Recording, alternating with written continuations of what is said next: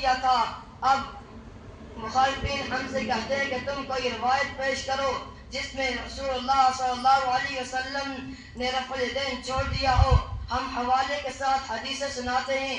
عن عبد اللہ بن مسعود رضی اللہ تعالی عنہ قال الا اخبركم بصلاة رسول الله صلى الله عليه وسلم فقام فرفع يديه اول مرة ثم لم يعد۔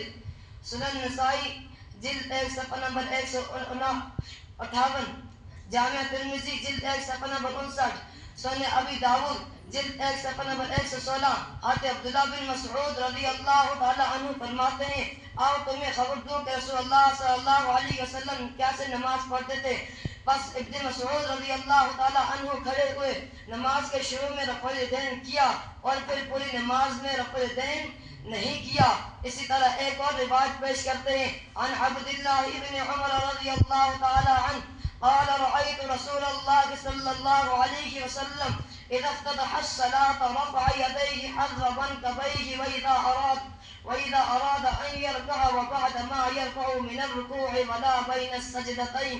حضرت عبداللہ بن صحیح ابن عوانہ جلد 1 صفحہ نمبر 334، مسند حمیدی جلد 2 صفحہ نمبر 277۔ حضرت عبداللہ بن عمر رضی اللہ تعالی عنہ فرماتے ہیں کہ میں نے رسول اللہ صلی اللہ علیہ وسلم کو دیکھا جب نماز شروع کرتے تو رفع الیدین کرتے تھے، رکوع کی طرف جاتے ہوئے رکوع سے سر اٹھاتے ہوئے دونوں سجدے کے درمیان رفع الیدین نہیں کرتے تھے۔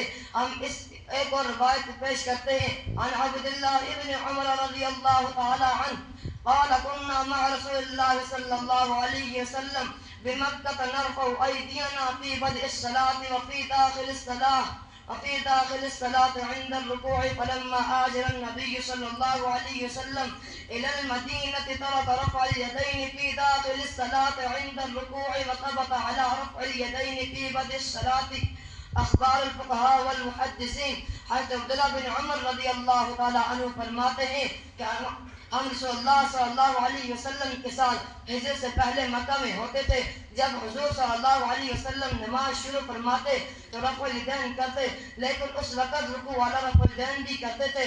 جب نبی اکرم صلی اللہ علیہ وسلم نے مکہ سے مدینہ ہجرت فرمایا تو رکوع والا رفع الیدین چھوڑ دیا۔ اب ہوگی دو قسم کی حدیثیں، ایک ہے رفع الیدین کرنے کی اور دوسری ہے رفع الیدین نہ کرنے کی۔ اب جب ان میں آپس میں ٹکراؤ ہوتا ہے ہم دیکھیں گے قرآن کریم کس کا سپورٹ کرتا ہے۔ ہم کھولیں گے قرآن کریم پارہ نمبر 18 پہلی دو آیت، اللہ تعالیٰ ارشاد فرماتے ہیں قد افلح المؤمنون الذین هم فی صلاتهم خاشعون۔ کامیاب ہوگا وہ مومن جو اپنی نمازوں میں سکون اختیار کرتا ہے۔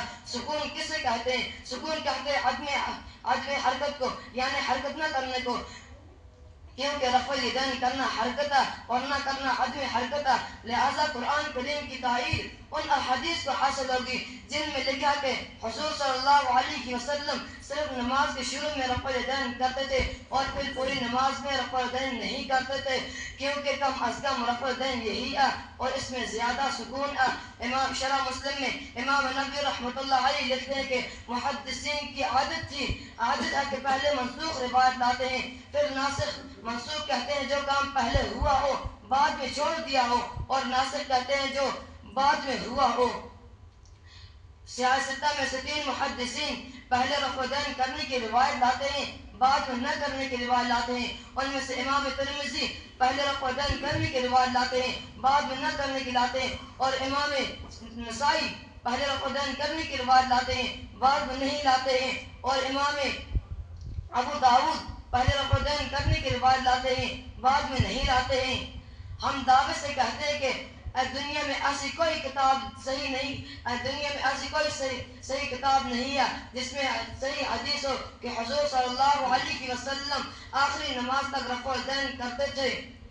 بس ثابت ہوا کہ حضور صلی اللہ علیہ وسلم نے آخر میں رفع الیدین چھوڑ دیا تھا اور نماز میں رفع الیدین نہ کرنا ہی سنت ہے۔ الحمدللہ اسی سنت کے مطابق ہم کشمیر کے اندر 1600 سال سے 700 سال سے نمازیں ادا کرتے آئے ہیں۔